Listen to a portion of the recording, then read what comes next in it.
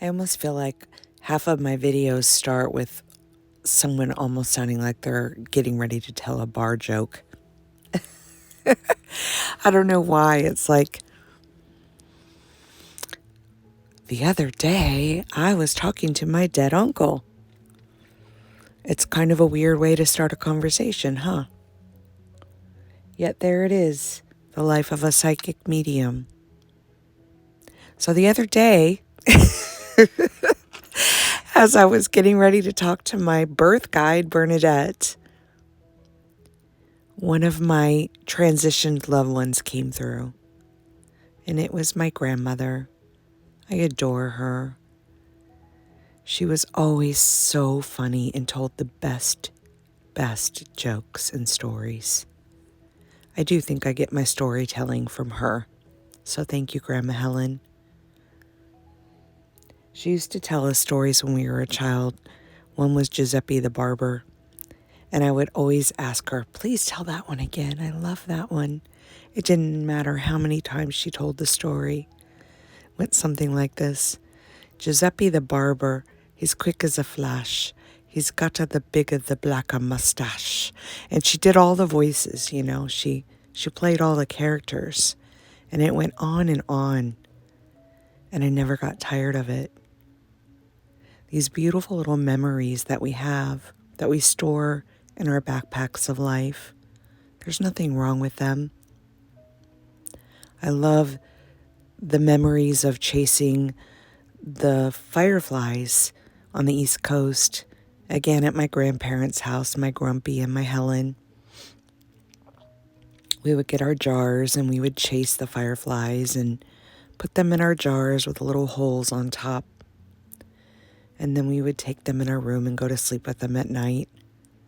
I do think Grandma probably came in and took the jars at some point because they, of course, wouldn't make it through the night.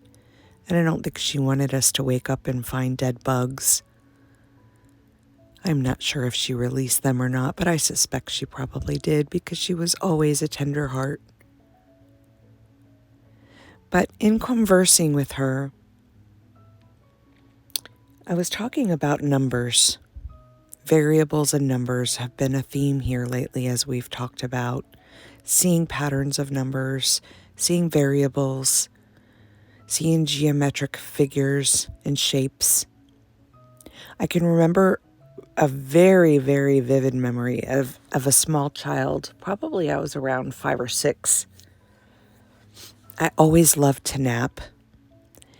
Even as a child, I never had to be fought with to go to bed at night or to take a nap. I was that kid that would lay in the middle of a busy room with my puppy and fall asleep curled in a ball. And I remember my parents had a bunch of people over like this one day, and I did exactly that. We had a newborn puppy. I went into the middle of the room with our little puppy Gretchen. She was a little dachshund. And we balled into a little corner and fell asleep. And I had all of these dreams and visions of these geometric figures. The only way I can explain it is that I felt like I was in the middle of the Purple Crayon book, for those of you who grew up with that book.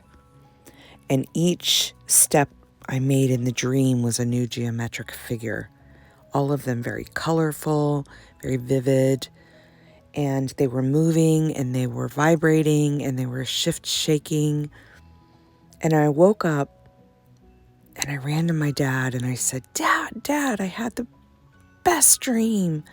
I was in the middle of all of these geometric shapes. Of course, I was talking in 5 or 6-year-old speak.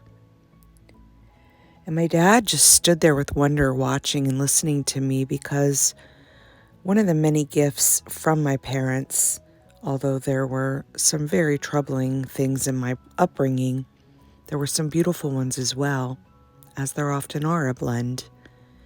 And he was very much on a spiritual seeking path. In fact, growing up in Virginia, in the Virginia Beach area, we went to the Edgar Cayce Institute often and were in that research library because my dad loved that stuff. I remember going to the pyramid that they had built for meditations there when it was brand new.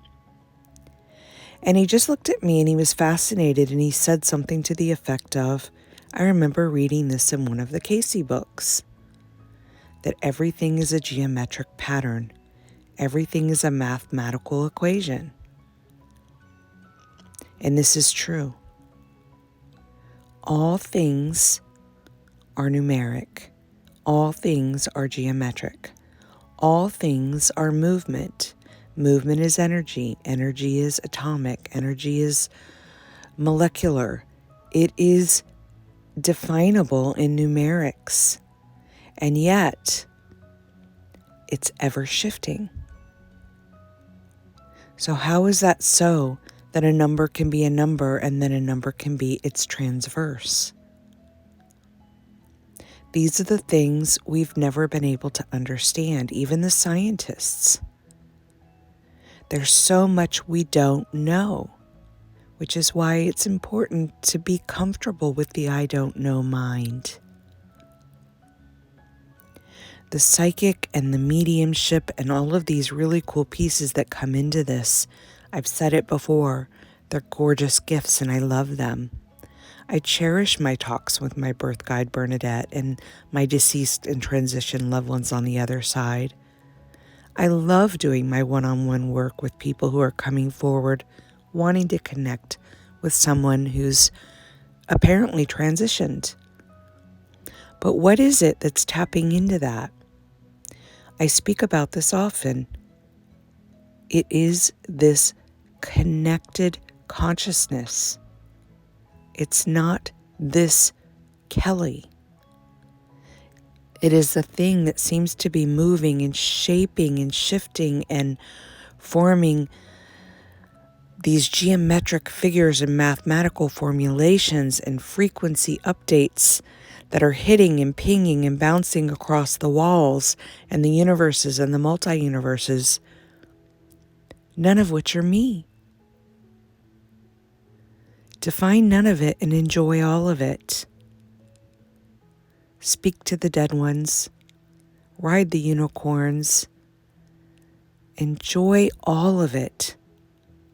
The fairy, the gnomes, the magical, mystical, beautiful blends of all of this. Enjoy it all. If anything puts you in a box, if anything tells you no, that is just duality playing out in thought. Everything is a yes. It's all inclusive. Even exclusion is inclusive. Play with it all. Enjoy the wonders of this dreamscape. We are here for this experience. It's all meant to be magical. I hope that helps. And if you like my bar jokes, which I don't think I ever actually got to one, I'll have to think up one for next time. Much love. I hope this finds you all well.